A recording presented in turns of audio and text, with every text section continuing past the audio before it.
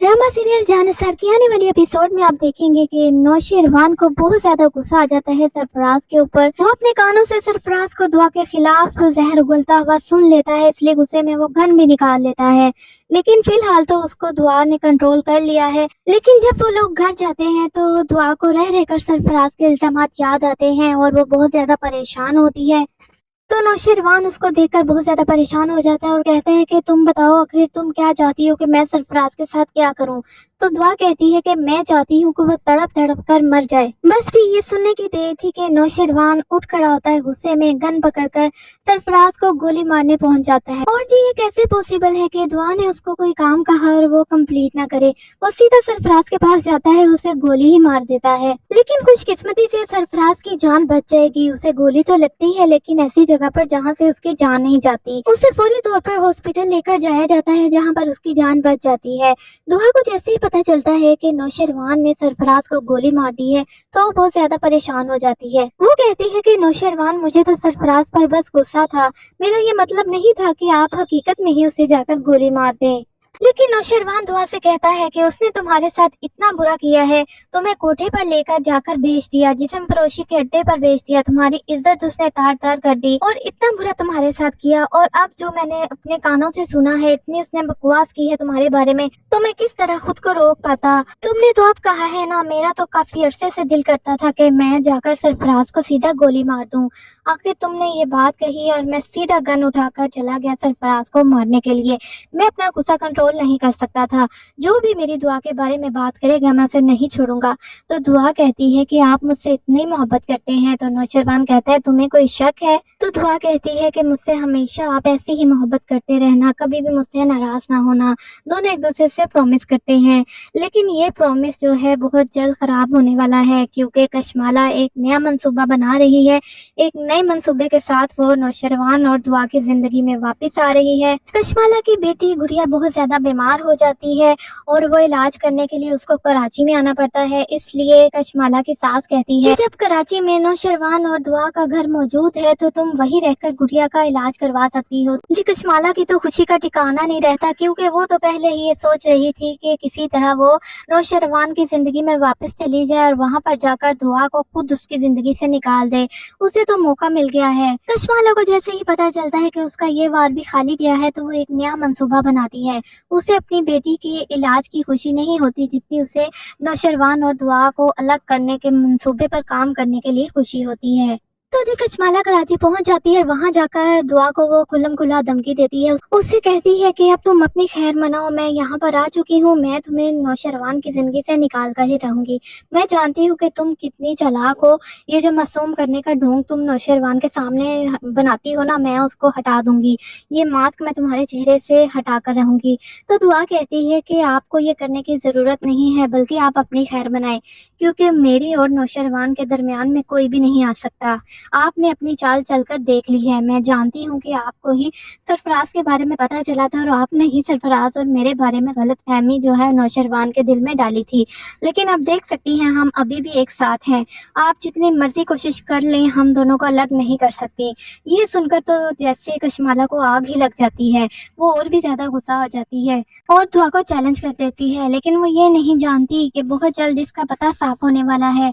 दुआ नहीं बल्कि यही इस घर से निकल जाएगी, क्योंकि जिस दिन नौशेरवान को पता चलेगा कि कशमाला ही है जिसने इसके भाई को कत्ल किया, तो वो तो उसी दिन इसको अपने हाथों से वैसे ही मार देगा। लेकिन अब यहाँ पर रहकर जब कशमाला चालें चलेगी नौशेरवान और दुआ को अलग करने की, तो नौशेरवान के सामने उसका असल चेहरा आ जाएगा। बहुत जल्द नौशेरवान को हकीकत पता चलने वाली है कशमाला की सारी, क्योंकि बहुत जल्द इस ड्रामे का एंडिंग जो है वो करीब है, एंड होने वाला है ड्रामा। बस अब कशमाला का खेल रह गया है, क्योंकि सरफराज का असल चेहरा तो सामने आ गया है।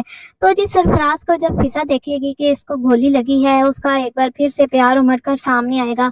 वो कहेगी कि बेशक मैं इससे नफरत करती हूँ, इसने मुझे कभी भी वो मकाम नहीं दिया जो एक बीवी का होता है, मैं फिर भी इससे मोहब्बत करती रही हूँ और ये मेरे बच्चे का होने वाला बाप भी है। क्योंकि वो तलाक तो अभी फिलहाल नहीं ले सकती सरफराज से, लेकिन सरफराज की ऐसी हालत देखकर उसको तरस आ जाएगा और चूंकि वो माँ भी बनने वाली है, इस वजह से वो सरफराज को माफ कर देगी और اور ہو سکتا ہے کہ سرفراز کو بھی اپنی غلطی کا احساس ہو جائے اور وہ دعا سے معافی مانگ لے، لیکن اگر سرفراز نے معافی نہ مانگی تو نوشیروان اس کا اور بھی برا حال کرنے والا ہے۔ تو دوسری طرف آپ کو سنبل اور خضر کے بارے میں بتاتے چلیں۔ سنبل خضر سے کہتی ہے کہ تم فضا بھابی سے دور رہا کرو، مجھے ان کے طریقے اچھے نہیں لگتے۔ خضر کہتا ہے کہ وہ تو بہت معصوم ہے، تم کس طرح کی باتیں کر رہی ہو؟ تو سنبل بہت زیادہ غصے میں آ جاتی ہے، جس کی وجہ سے خضر اس سے ناراض ہو جاتا ہے اور کہتا ہے کہ تم اپنے بھائی کی زبان بول رہی ہو، ظاہر ہے تم پر بھی تو اثر ہونا ہی ہے۔ اور اس واقعہ کے بعد جب سب کو سرفراز کی حقیقت پتہ چل چکی ہے، خضر کو بھی پتہ چل جائے گا، تو وہ کافی زیادہ حیران اور پریشان ہوگا اور وہ سنبل سے دو ٹوک کہہ دے گا کہ مجھے فضا بھابی اور دعا پر بہت زیادہ ترس آ رہا ہے، دونوں کی بے بسی پر مجھے دل کر رہا ہے کہ میں سرفراز کو اپنے ہاتھوں سے پھانسی دے دوں۔ تو سنبل کو کافی غصہ آئے گا کیونکہ وہ خضر کے منہ سے فضا کی تعریف نہیں سن سکتی۔ اب تو خضر نے صاف صاف فضا کی تعریف کرنا شروع کر دی ہے تو وہ کیسے برداشت کر سکتی ہے؟ اس نے تو پہلے ہی بیچاری فضا پر الزامات لگائے ہیں اور فضا تو اپنا منہ چھپاتی پھرتی ہے اور اسے حیرانگی ہوتی تھی کہ آخر سنبل اس طرح کیسے سوچ سکتی ہے۔ صرف سنبل ہی نہیں بلکہ اس کی ماں بھی اسی کا ساتھ دیتی ہے۔ حالانکہ خضر کے دل میں ایسا کچھ بھی نہیں ہے، وہ تو فضا کو اپنی بہن سمجھتا ہے، چونکہ فضا کا کوئی بھائی نہیں ہے اس لیے وہ ان کو اپنی بہن کی طرح سمجھتا ہے۔ اس نے اپنی آنکھوں سے دیکھا ہے کہ سرفراز کتنا برا سلوک کرتا ہے فضا کے ساتھ اور فضا چو تک نہیں کرتی، اس وجہ سے وہ صرف اور صرف فضا کی تعریف کرتا تھا اور اس کے دل میں ایسا کچھ بھی نہیں تھا۔ لیکن اب یہ سب دیکھنے کے بعد خضر نے پکا سوچ لیا ہے کہ وہ سنبل کو چھوڑ دے گا، اس کے ساتھ بالکل نہیں رہے گا، کیونکہ وہ بھی اپنے بھائی کی طرح منہ پھٹ ہوتی جا رہی ہے اور فضا بیچاری کی اتنی بےزتی کرنے لگی ہے۔